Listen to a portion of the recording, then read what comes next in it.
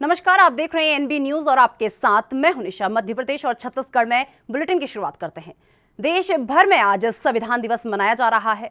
छत्तीसगढ़ के सीएम भूपेश बघेल ने संविधान दिवस के मौके पर प्रदेशवासियों को बधाई दी। बघेल ने ट्वीट कर कहा कि आजादी के बाद भारत को एक मजबूत राष्ट्र बनाने और भारत की विविधता को एक सूत्र में पिरोके रखने के लिए एक मजबूत आधार की जरूरत थी, जिसे बाबा साहब डॉक्टर भीमराव अंबेडकर जी के नेतृत्व में संविधान निर्माताओं ने पूरा किया। बघेल ने कहा, अपने ट्वीट में उन्होंने आगे कहा कि हमें गर्व है कि भारतीय संविधान के निर्माण में छत्तीसगढ़ की अनेक विभूतियों ने भी महत्वपूर्ण भूमिका निभाई। भारत की आजादी के बाद नागरिकों और देश को आगे ले जाने के लिए एक सशक्त दस्तावेज के रूप में 26 नवंबर 1949 को संविधान सभा ने भारतीय संविधान को अंगीकृत किया था।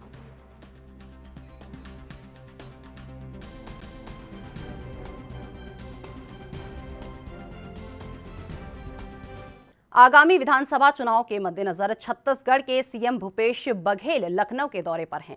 आज सीएम बघेल लखनऊ पहुंचे। इस दौरान वो मीडिया से रूबरू हुए और कई अहम मुद्दों पर अपनी प्रतिक्रिया दी। क्या कुछ उन्होंने कहा, आइए आपको सुनाते हैं। धान उस्मा क्वालिटी की भी है और अरवा क्वालिटी की, क्योंकि उस्मा क्वालिटी की ज़्यादा है और लगातार हम लोग उस्मा क्वालिटी एफसीआई में जमा करते रहे वर्षों से। अचानक बंद कर देने से जो राइस मिल है वो प्रभावित होगा, साथ ही जो हमको टारगेट मिला है वो भी पूरा नहीं हो पाएगा। आखिर उस्मा क्वालिटी की जो धान है उसका फिर करेंगे क्या? किसानों को कह नहीं सकते कि हम उतना क्वालिटी हम खरीदेंगे नहीं, हम तो वो भी हमको तो खरीदना पड़ेगा। जब खरीदना पड़ेगा और खरीद रहे हैं भारत सरकार के लिए तो फिर उसको लेना चाहिए। और खाद्य मंत्री जी पिछले दिनों गए थे केंद्रीय मंत्री से मिलने, उन्होंने समय तक नहीं दिया, इसलिए प्रधानमंत्री से समय मांगा। पूरे मंत्रिमंडल के लोग जाके मिलेंगे ताकि छत्तीसगढ़ के बारे में उन्हें अवगत कराया जा सके, छत्तीसगढ़ की परिस्थिति के बारे में अवगत कराया जा सके। छत्तीसगढ़ के साथ इस प्रकार के भेदभाव नहीं है। देखिए, सबसे पहली बात यह है कि हम लोग लगातार इस बात कहते रहे, सरकार अभी तक के जो सेंट्रल एक्साइज का जो हमारा हिस्सा है वो अभी तक नहीं दिया। जीएसटी में लगातार कटौती कर रहे हैं, ये लगभग 21-22 हज़ार करोड़ रुपया हो जाता है। और साथ ही जो कोयला में जो पेनाल्टी लगा है रॉयल्टी का, वो राशि 4,140 करोड़ का है। ये राशि हमको नहीं दे रहे हैं और एक तरफ केंद्र सरकार हमको दे नहीं रही है और दूसरी तरफ आरोप लगाती है कि हम पूरा नहीं कर रहे हैं। दूसरा, प्रधानमंत्री के नाम से योजना है तो 60-40 क्यों? वो तो 90-10 होना चाहिए, 100% होना चाहिए प्रधानमंत्री के नाम से। प्रधानमंत्री आवास योजना है, पहले तो इंदिरा आवास था, उसको नाम बदल दिए, प्रधानमंत्री आवास हो गया, उसमें भी अब 60। बीजेपी के प्रदेश कार्य समिति की बैठक में प्रदेश अध्यक्ष वी डी शर्मा ने प्रधानमंत्री नरेंद्र मोदी और मुख्यमंत्री शिवराज सिंह चौहान की तारीफ की। शर्मा ने स्वागत भाषण में कांग्रेस को जमकर कोसा, साथ ही केंद्रीय गृह मंत्री अमित शाह को आज का सरदार पटेल बताया। ये बैठक आगामी विधानसभा चुनाव की रणनीति के लिहाज से महत्वपूर्ण मानी जा रही है। प्रदेश अध्यक्ष ने अगले 1 साल के कार्यकर्ताओं को 2 टास्क दिए। उन्होंने कहा कि हर बूथ पर 10 से 11 बढ़ना है। इसके साथ ही प्रदेश में बीजेपी का वोट शेयर 51 करने का संकल्प दिलाया गया। बता दें कि 2018 के विधानसभा चुनाव में बीजेपी को 41 वोट मिले थे, लेकिन बहुमत के आंकड़े 7 सीटें कम मिली थी, जबकि कांग्रेस को 40 वोट मिले थे, लेकिन सीटें 114 मिली थी और कांग्रेस ने बीएसपी के समर्थन से सरकार बना ली थी।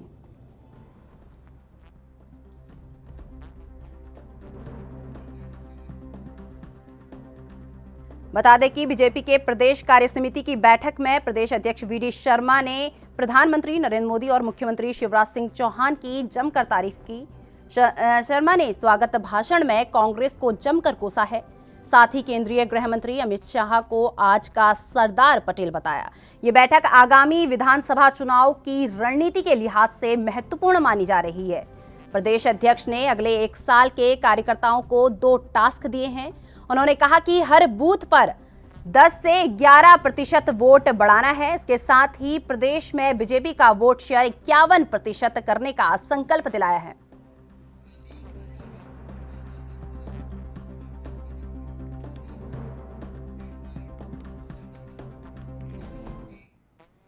इस खबर पर और अधिक जानकारी के लिए हमारे साथ हमारे संवाददाता प्रदीप रजावत जुड़ चुके हैं। प्रदीप, क्या है इस खबर को लेकर आपके पास, क्या कुछ नई जानकारी है, एक बार हमारे दर्शकों को बताइए। जी ऋचा जी, बताना चाहेंगे कि मध्य प्रदेश की बात की जाए तो मध्य प्रदेश में हालांकि विधानसभा चुनाव 2023 में होना है, लेकिन भाजपा की ओर से सभी तैयारियां आज से शुरू कर दी गई है। इसी को लेकर आज प्रदेश की एक भाजपा समिति की बैठक बुलाई गई थी, जिसमें BD शर्मा ने कांग्रेस पर कई आरोप प्रत्यारोप लगाते हुए कांग्रेस को जमकर कोसा। तो वहीं यहाँ तक नहीं चुकी, वहीं उन्होंने केंद्रीय गृह मंत्री अमित शाह को आज का सरदार वल्लभ भाई पटेल तक बता दिया। बता दें कि जो पिछले चुनाव में जो भाजपा की वोटिंग प्रतिशत रही थी वो काफी कम थी, 41% रही थी, और इसको बढ़ाने की बात कही है।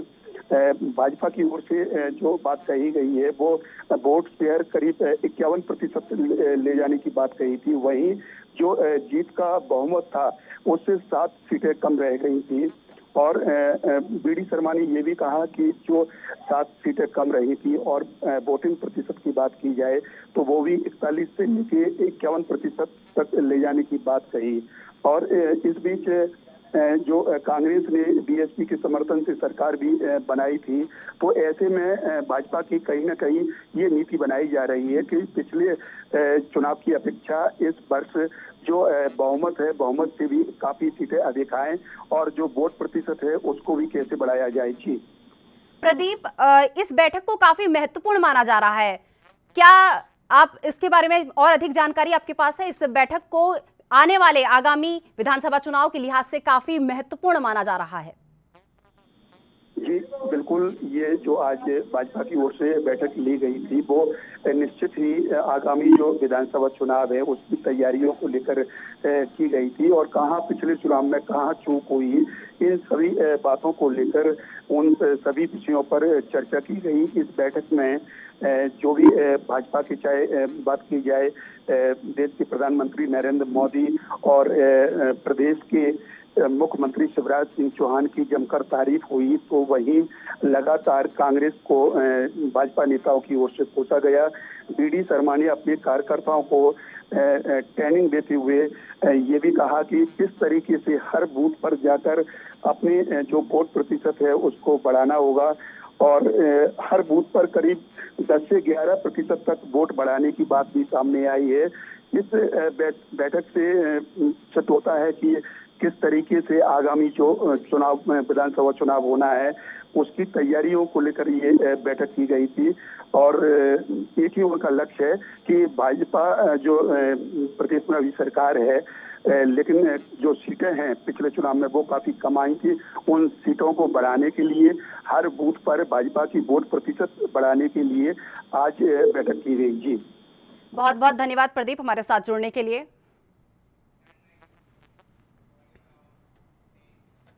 देश आज संविधान दिवस मना रहा है, जिसको लेकर बीजेपी की ओर से दिल्ली में सदन में कार्यक्रम का आयोजन किया गया। इस कार्यक्रम का कांग्रेस समेत कई विपक्षी दलों ने बहिष्कार किया। इसको लेकर प्रदेश के गृह मंत्री नरोत्तम मिश्रा ने अपनी प्रतिक्रिया दी है, साथ ही कांग्रेस पर तंज कसा है। क्या कुछ उन्होंने कहा, आइए आपको सुनाते हैं। ये जो बहिष्कार करना है संविधान दिवस का, ये इनकी आंतरिक भावना जो है ना, बाबा साहब के कार्यक्रमों की, बाबा साहब भीमराव अंबेडकर जी के कार्यक्रमों की उपेक्षा करना, उनका अपमान करना, और ये प्रारंभ से है, जब उनके खिलाफ कांग्रेस ने कैंडिडेट लड़ाया था तब से अब तक। ये संविधान दिवस भारतीय जनता पार्टी ने, माननीय मोदी जी ने प्रारंभ की। अब स्वाभाविक रूप से इनको चिढ़ होती है बाबा साहब के आयोजनों के, संविधान दिवस के, इसलिए ये बहिष्कार करते हैं।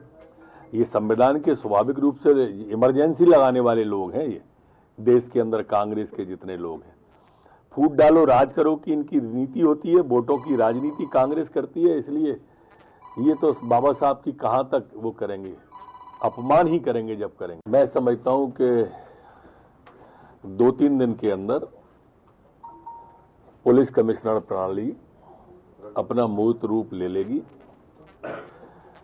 हमारा पुलिस कमिश्नर प्रणाली गृह विभाग से, विधि विभाग से, वित्त विभाग से, सभी विभागों से होकर के आ गई है। निर्णय 1-2-3 दिन में हो जाए। देखिए, ये सिर्फ बैठक कर सकते हैं, हम कार्यक्रम करते हैं, ये बातें कर सकते हैं, हम समस्या का समाधान करते हैं। जिला मुख्यालय के अंबेडकर चौक में सुबह 26 नवंबर को संविधान दिवस मनाया गया, जिसमें स्कूली छात्र छात्राओं के साथ ही सर्व समाज के लोगों व पीसीसी चीफ और विधायक मोहन मरकाम मौजूद रहे। संविधान दिवस के मौके पर सर्व समाज प्रमुखों ने अपनी अपनी बात रखी, तो वहीं मोहन मरकाम ने कहा कि सभी धर्मों को समानता, मौलिक अधिकारों की जो संविधान में व्यवस्था की गई है, उसी का परिणाम है कि आज हर वर्ग अपने अधिकारों के साथ साथ अपने मौलिक अधिकारों और अपने कर्तव्यों और अपने दायित्वों को अच्छी तरीके से समझता है। संविधान दिवस है 26 नवंबर 1949 को संविधान दिवस, संविधान का निर्माण किया गया था। और आज संविधान निर्माता पूज्य बाबा साहेब भीमराव अंबेडकर जी को हम पुण्य स्मरण करते हैं, उनको याद करते हैं कि उनके संविधान जो बनाया था उसमें सभी वर्गों, सभी धर्मों को जो समानता, मौलिक अधिकारों की रक्षा के लिए जो संविधान में व्यवस्था की थी, उसी का परिणाम है आज हर वर्ग अब। फिलहाल वक्त चुका एक छोटे से ब्रेक का। ब्रेक के बाद फौरन हाजिर होते हैं।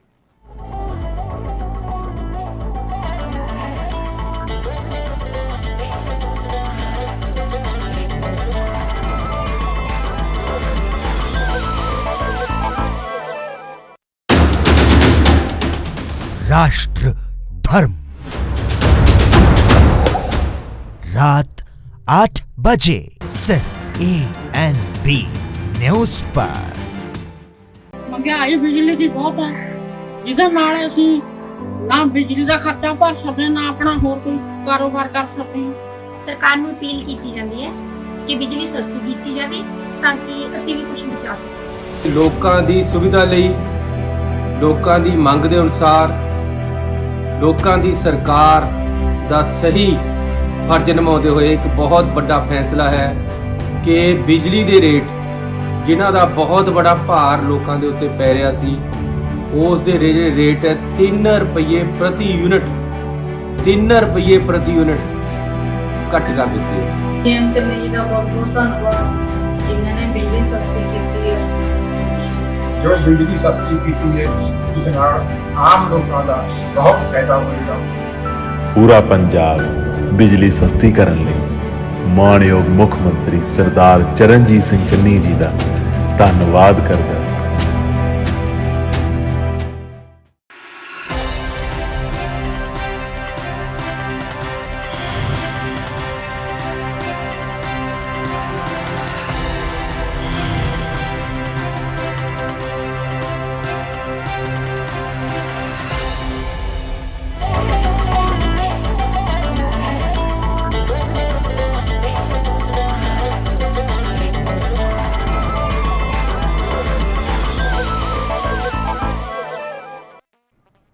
ब्रेक के बाद एक बार फिर से आपका स्वागत है। रुक करते हैं अन्य खबरों का।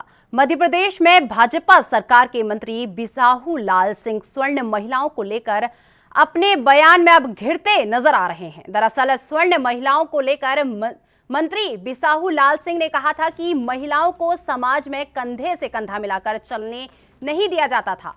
बड़े बड़े लोग अपने घरों की महिलाओं को आज भी कैद करके रखते हैं, जिसके कारण समानता का अभाव है। यदि समानता लाना है तो उच्च जाति की महिलाओं को भी घर से खींचकर बाहर निकालना होगा।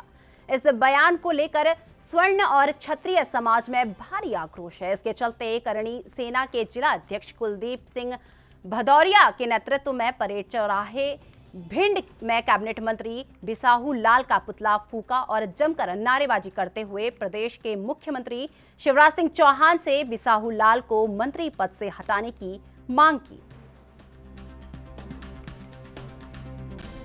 माननीय मंत्री जी ने जो बयानबाजी की है उसका हम सभी भाई घोर निंदा करते हैं और विरोध करते हैं। इन्होंने कहा है कि ठाकुर ठाकरे अपनी औरतों को कोठरी के अंदर बंद करके रखते हैं और इन्होंने अपनी जाति के लोगों से कहा है कि आप लोग जाएं, इनके घर पे जाएं, इनको खींच के बाहर निकाल के लेके आएँ, तब समानता आएगी देश में। तो मैं इनसे पूछना चाहता हूं कि ऐसे कैसे समानता आएगी?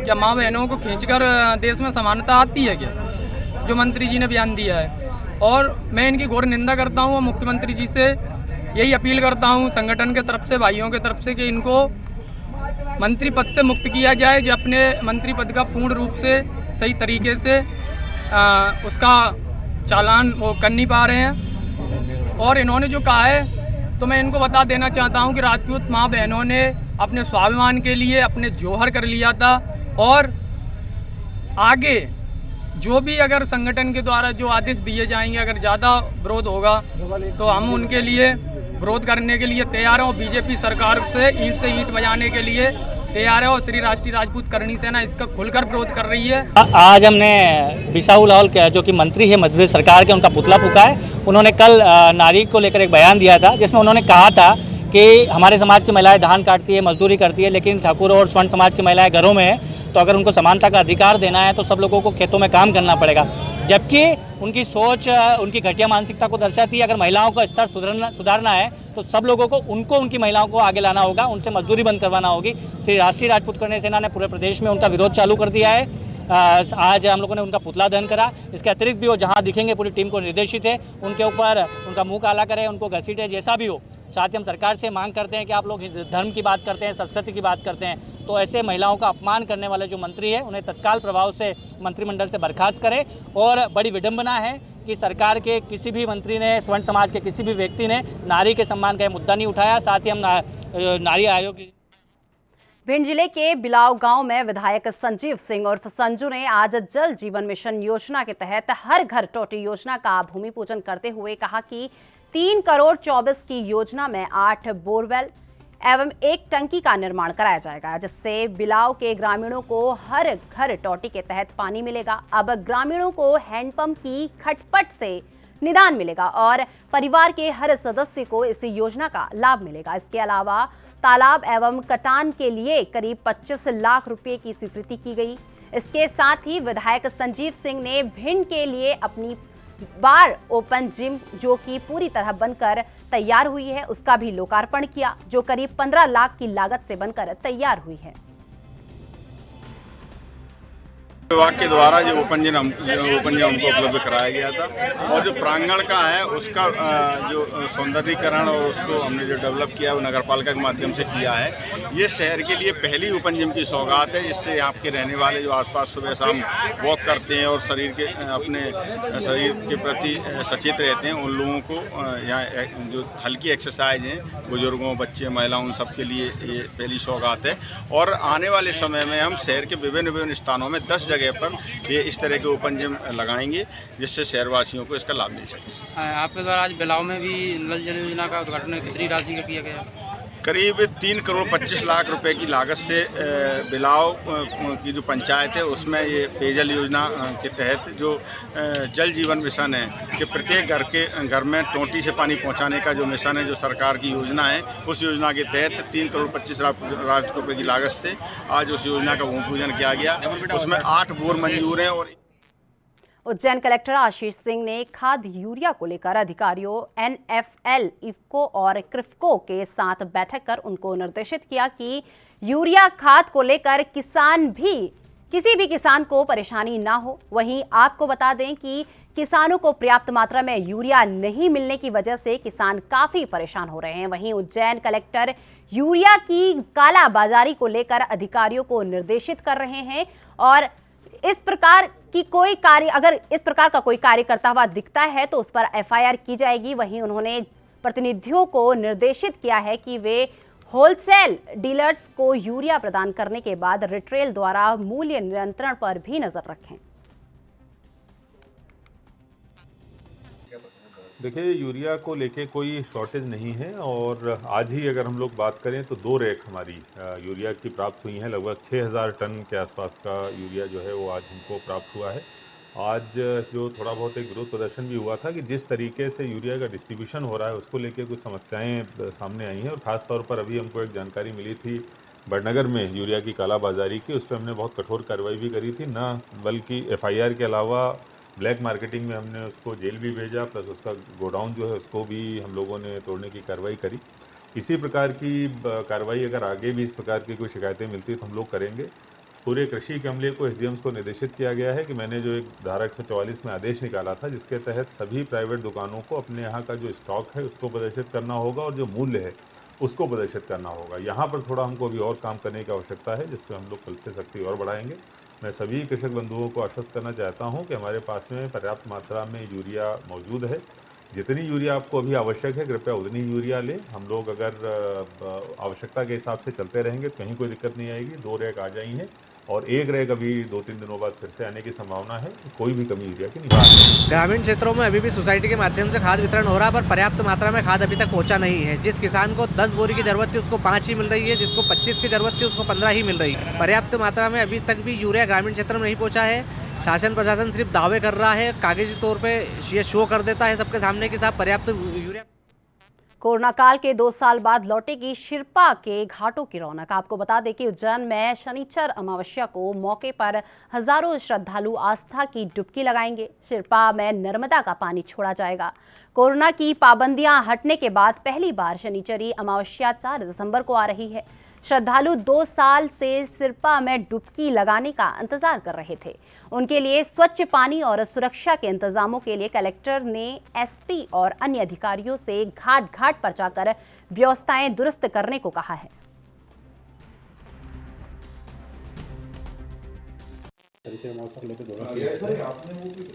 अभी वर्तमान में जो कोविड की गाइडलाइन है उसको लेकर के जो धार्मिक कार्यक्रम थे उनकी अनुमति, उनमें जो प्रतिबंध को वापस लिया गया है। इसको देखते हुए पुलिस प्रशासन और जो नगर निगम और जो अन्य विभाग हैं, जो सभी का एक जॉइंट एक संयुक्त टीम के द्वारा भ्रमण किया गया है। और इसका मुख्य उद्देश्य जो आगामी आने वाला जो अमावस्या है उसको लेकर के क्षिप्रा नदी के तट पर जो शनि मंदिर है, शनिश्चरी अमावस्या इसको बोलते हैं, उस शनिश्चरी अमावस्या में काफ़ी श्रद्धालु दूर दूर से कई बार आते हैं। तो उनकी व्यवस्था और जो पूरे दर्शन है, इसके अलावा अन्य जो व्यवस्थाएं हैं वहाँ घाट की, उन लोगों को देखते हुए ये पूरा संयुक्त रूप से भ्रमण किया गया। पब्लिक फिर ज़्यादा आ सकती है नहीं, इसमें चूँकि कोविड का जो प्रतिबंध है जो उसमें हटाया गया है और धार्मिक कार्यक्रमों को अनुमति मिली है, तो इसको लेकर ही इन्हीं चीज़ों को दृष्टिगत रखते हुए ये पूरा जो भ्रमण है, पूरी जो प्लानिंग है, योजना है, उसको मूर्त रूप देने के लिए ये आज तैयारी की के तहत ही सभी लोगों के द्वारा भ्रमण किया गया है। शनिचरी अमावस्या को देखते हुए प्रशासन जुड़ा भी हुआ है, तो क्या क्या व्यवस्था देखी वहाँ पर? जैसा कि आप लोग जानते हैं कि अब कोविड के प्रतिबंध समाप्त हो चुके हैं और उसके बाद पहली बार शनिचरी अमावस्या का स्नान होना है। और जैसे यहाँ की जो पुराना इतिहास है उसको देखते हैं कि शनिचरी अमावस्या के दिन बहुत ज़्यादा भीड़ आती है और 2 साल बाद ये पूरा अवसर मिला है, तो इसमें और भी भीड़ आने की संभावना है। इसको देखते हुए डिस्ट्रिक्ट कलेक्टर, नगर निगम आयुक्त और बाकी प्रशासनिक सभी अधिकारी वहाँ पहुँच के वहाँ के व्यवस्थाओं को पहले से ही प्लान किया है। और ख़ासकर चूँकि उसमें नर्मदा का जल भेजा जाता है और लोगों को स्नान के लिए स्वच्छ जल मिले और पर्याप्त जल रहे उस नदी में, उसके लिए भी बात करके कल से ही उसमें नदी में नर्मदा जल आने लगेगा। और 4 तारीख को जो है उसको लेकर उनकी व्यवस्थाएं, स्नान की क्या व्यवस्थाएं हो सकती हैं, वहाँ हमारी सुरक्षा व्यवस्थाएं क्या है, मंदिर में लोगों के दर्शन की क्या व्यवस्था है, इन सबको लेके एक दौरा हुआ था और उसमें काफ़ी। फिलहाल इस बुलेटिन में बस इतना ही। मुझे दीजिए इजाजत। नमस्कार।